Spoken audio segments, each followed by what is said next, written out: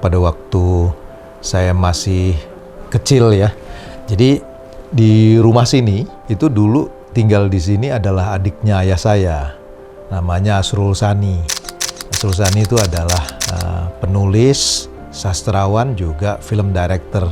Karena dia penulis sastra ya, itu kalau pulang ke rumahnya itu suka bawa buku-buku, dan itu adalah buku-buku sastra. Jadi kalau dia bawa pulang tuh cukup banyak gitu.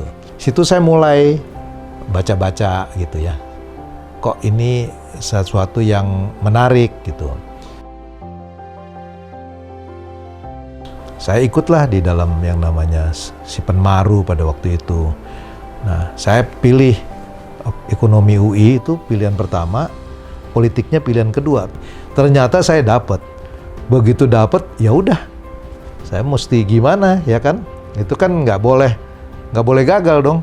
Jadi yang saya lakukan pada waktu itu adalah bagaimana membuat ilmu ekonomi itu sesuatu yang lekat dengan hidup saya sehari-hari.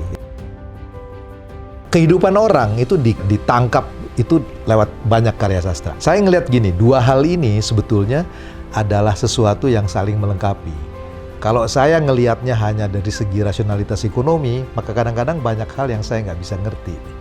Tapi bahwa perilaku orang yang kadang-kadang tidak serasional yang kita pikir, itu adalah human gitu. Indonesia adalah negara yang porsi ekspor terhadap total PDB-nya tuh kecil.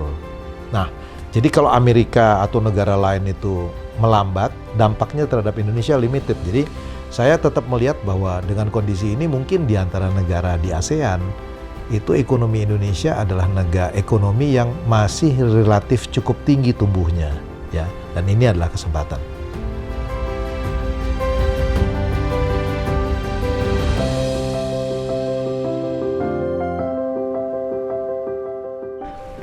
Saya Khatib Basri, penerima penghargaan Ahmad Bakri ke-21 bidang pemikiran sosial.